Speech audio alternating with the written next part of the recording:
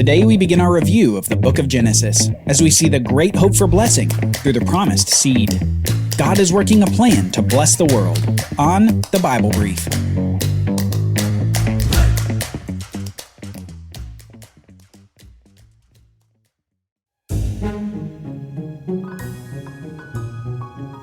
Blessing. Blessing is one of the great themes of the Bible story.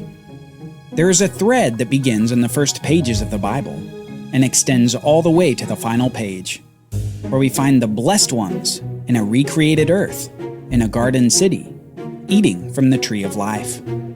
Blessing essentially encapsulates the trajectory of the Bible story. There's the initial blessing, followed by the entrance of sin and death into the world, and then the remaining pages of the Bible are all about the extension of that initial blessing. God wants to bless, and He will bless, all the nations of the world. In the book of Genesis, the whole creation story begins with blessing as God blessed the whole world. First, He blessed all the creatures that He made, and then He blesses Adam and Eve. It says this in Genesis 1:28, "And God blessed them. And He said to them, Be fruitful, and multiply, and fill the earth, and subdue it, and have dominion over the fish of the sea, and over the birds of the heavens, and over every living thing that moves on the earth." We saw further blessing after the great flood, when God again blessed Noah and his family, reiterating to them that they should be fruitful and multiply and fill the earth. But after these initial blessings to the heads of the original humanity and the post-flood humanity, we begin to see the development of a specific family line that will be blessed, who will in turn bless all the nations of the world. We know that God's scope of blessing is wide, encompassing the whole world, but God's means are narrow. He's going to use a seed, a single seed, to bless the nations. We discovered that this line of the promised seed began with Eve, then through her third son Seth, all the way down through Noah, then through Noah's son Shem, all the way down through Abraham, Isaac, Jacob, and finally through Jacob's son Judah. As this ancestral line continued to narrow, we also gained details concerning the functions of this long-expected seed. The first time we saw this seed was in the curse of the serpent, where we learned that as the seed of Eve, this man would defeat the serpent Satan with a crushing blow while suffering a blow himself. Remember, we read this in Genesis 3, verse 15. As God curses the serpent, He says, "I will put enmity between you and the woman, and between your offspring and her offspring. He shall bruise your head, and you shall bruise his heel." Based on this promise, we begin expecting a particular male seed of the woman to defeat the serpent once and for all. And this particular seed will pop up in the context of an ongoing conflict between the woman's offspring of promise and the serpent's offspring of evil.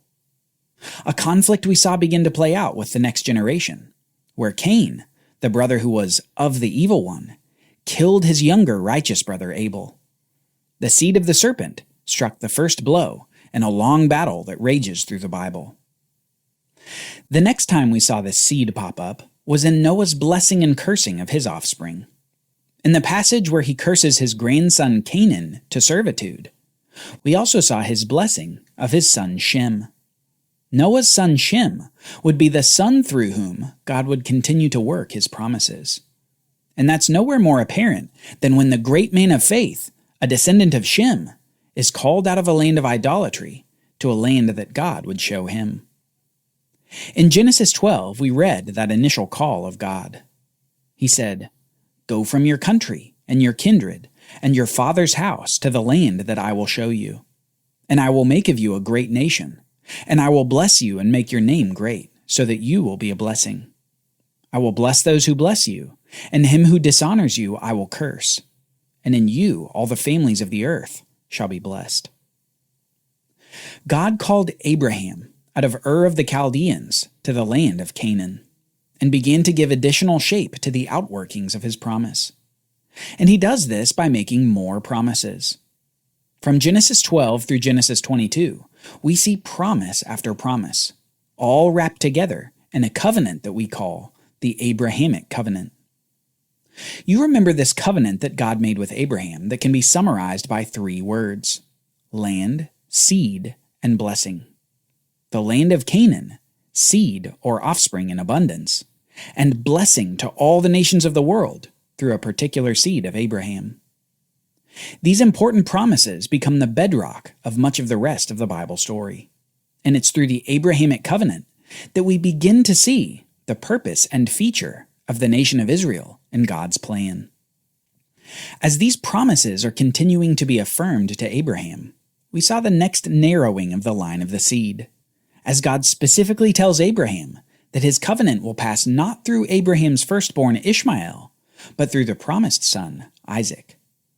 And this theme continued with the next generation too, as the younger son, Jacob, is chosen over the older son, Esau. Remember, in that case, we saw that not only was Jacob chosen, but also that the nation that would come from him was chosen.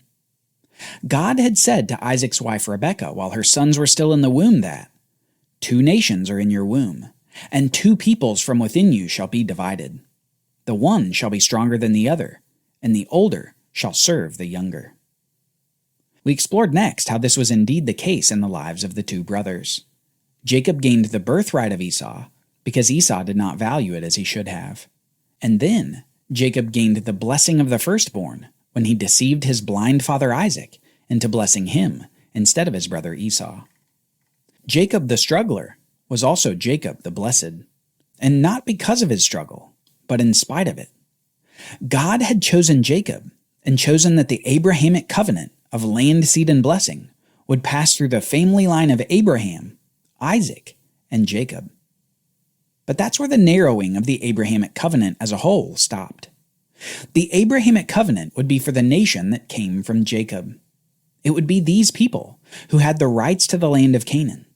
It would be these people that God would bless with seed in abundance. And it would be through these people that God would bless all the nations of the world. And yet, as the covenant as a whole stopped narrowing in scope, a portion of it continued to narrow. This particular male seed of Eve and of Abraham, who would defeat the serpent, defeat his enemies, and bless all the nations of the world, received a final identifying sign as Genesis began to wrap to a close. It would be through one of the 12 sons of Jacob, one of the 12 tribes of Israel, that this seed would come, and he would be the king of Israel, ultimately the king of the world. Genesis began with one family, and although it expanded to many nations, the locus of the main promise still remained on one family. It would be among the offspring of Judah that the kings of Israel would come, and this kingship would ultimately culminate in the arrival of a king to whom the kingship truly belongs. This long-promised seed would defeat his enemies and rule the world as king. The book of Genesis is forward-looking. It's looking for the Israelites to gain the land long promised to Abraham and to his offspring. It's looking for the small band of 70 people in Jacob's family to multiply into an abundance. But most of all, it's looking for that seed promised since the very beginning. Because it's through that seed that evil will be given its death blow. Because it's through that seed that every nation of the world will be blessed. Have you learned something valuable from the Bible brief? Have you found yourself saying, "Oh, now I see how these stories are connected"? Or, I didn't realize that was so important. Well, if you've learned something, can you join the cause by spreading the word about the Bible Brief podcast? Number 1, leave us a review on either Apple Podcasts or Spotify. We'd love to hear how you found the show, what you love about the show, and what you found most impactful in what you've learned so far. These reviews can help people have confidence that when they turn on the show, they'll learn something valuable. Number 2, share the show with 2 or 3 friends via text. It's amazing how many people have found the Bible Brief because of a quick recommendation from a friend. And you could be the reason your friends learn the Bible in a whole new way. It's as easy as a quick text. So will you join us as we help the world learn the Bible? And will you help us grow this show?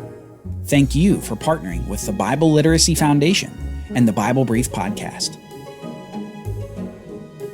Join us next time as we review the people in the book of Genesis. People who will serve as the foundation for the rest of the Bible story.